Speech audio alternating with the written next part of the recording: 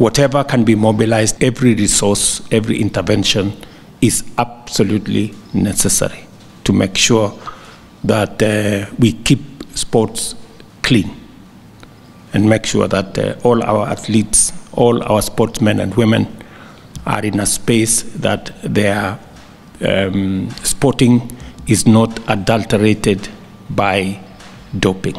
And I know we've had a bit of a challenge with our sporting agency because we have moved departments too many times, and in the process there wasn't quite clarity on what happens.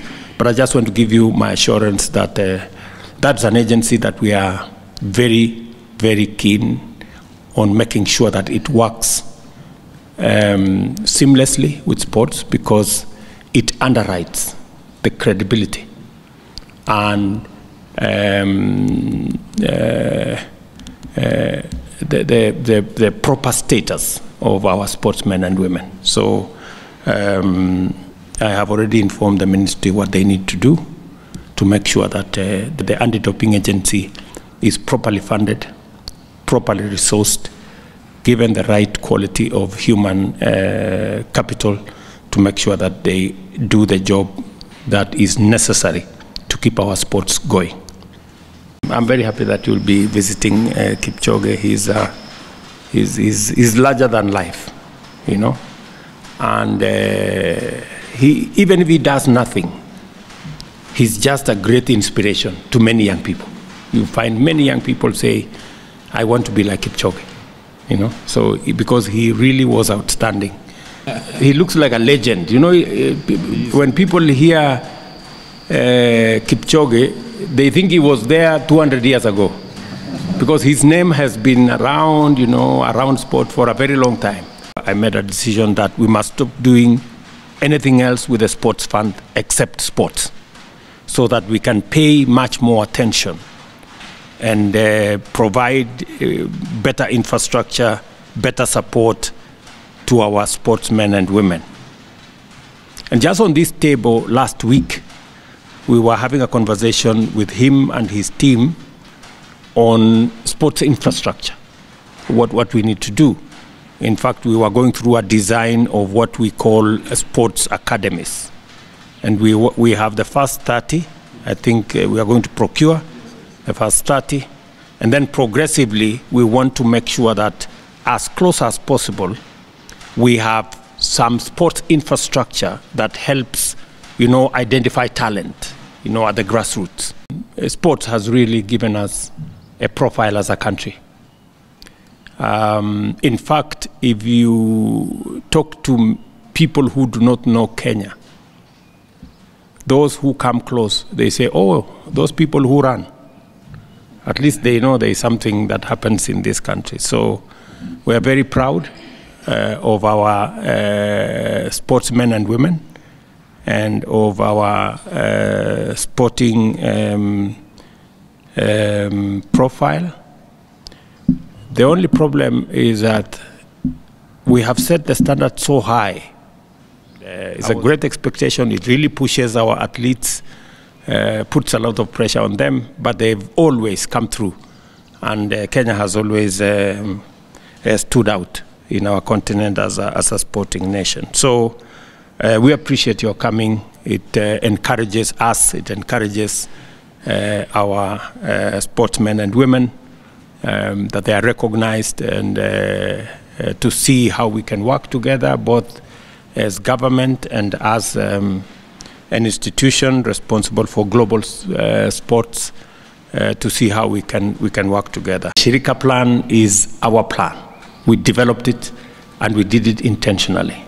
And we did it because we have been host to refugees for many years.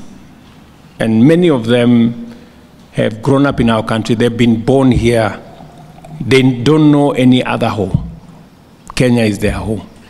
And therefore, it became absolutely necessary for us to say, look, I mean, these people have been here with us. It's time we recognized that they are going nowhere, and therefore it is as well that we treat them as citizens.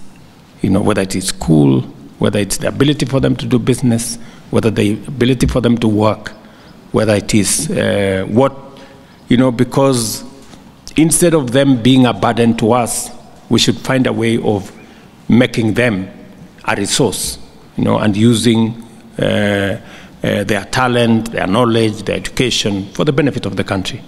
Because in any case, they are part of us. Part of the reason why the president is here is to visit Kakuma, the refugee camp in the Turkana, signifying the connection between sports and promotion and protection of the refugees. As you know, Olympics also includes, as a category of refugees are given their own category in terms of the competition. And Kakuma is a very important center. We were here with the NBA people the other day. Part of the stronger team of South Sudan trained in Kakuma refugee camp. And so it's a very important partnership we have. Just for the purpose of UNHCR, in our program in the ministry also, our Nyota program, we look forward to reaching out to 10,000 refugees, 5,000 in Kakuma and 5,000 in Dadaab. Which is a 50-50 with the 5,000 for the local community also in both areas. Our commitment to support refugees, and as a host country for many years, one of the biggest host countries in the world, continues, and this meeting also signifies the relationship between sports and unity of people across the world without really considering the fact that they are refugees, giving them an opportunity to also thrive. I would like to thank you very much for what you are doing and Kenya is doing with regard to the refugees. In fact, you mentioned Kakuma is somehow the cradle of our IOC refugee Olympic team, which is competing on an equal basis with all the national Olympic committees in the Olympic Games. And many of these athletes are coming from Kakuma, have been trained there and are training there. There I would like again to thank you and to congratulate you also on the Shirika plan. And there, with this Shirika plan, I think sport can play an even more important role for inclusion of these refugees. What is your ultimate goal with this really revolutionary plan?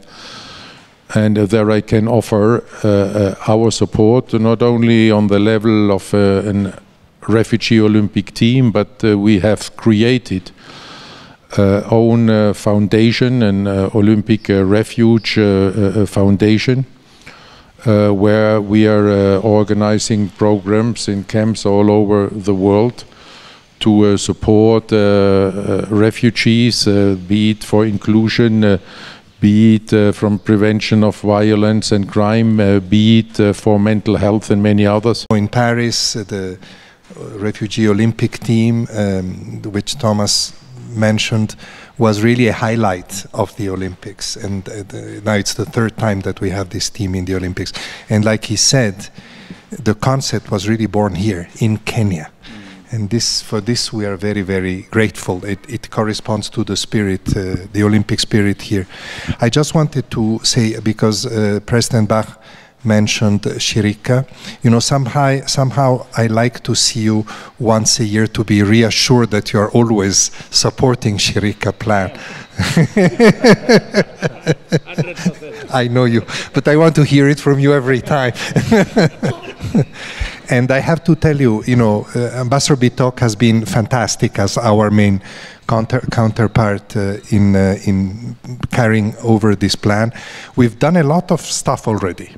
You know, the gazetting of the camps, transforming them into municipalities, the inclusion of refugees in the national education system is well underway, funded well by the World Bank through grants, so that is something also doesn't create debt issues to you. We are also working in having refugees enrolled in national insurance. That one we cover, UNHCR.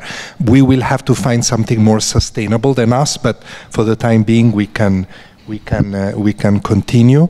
And what is very important is that in the two main counties, Turkana and Garissa, now these activities are included in the national, not in the national, in the county development plans. So they can get, the donors are supporting that as well.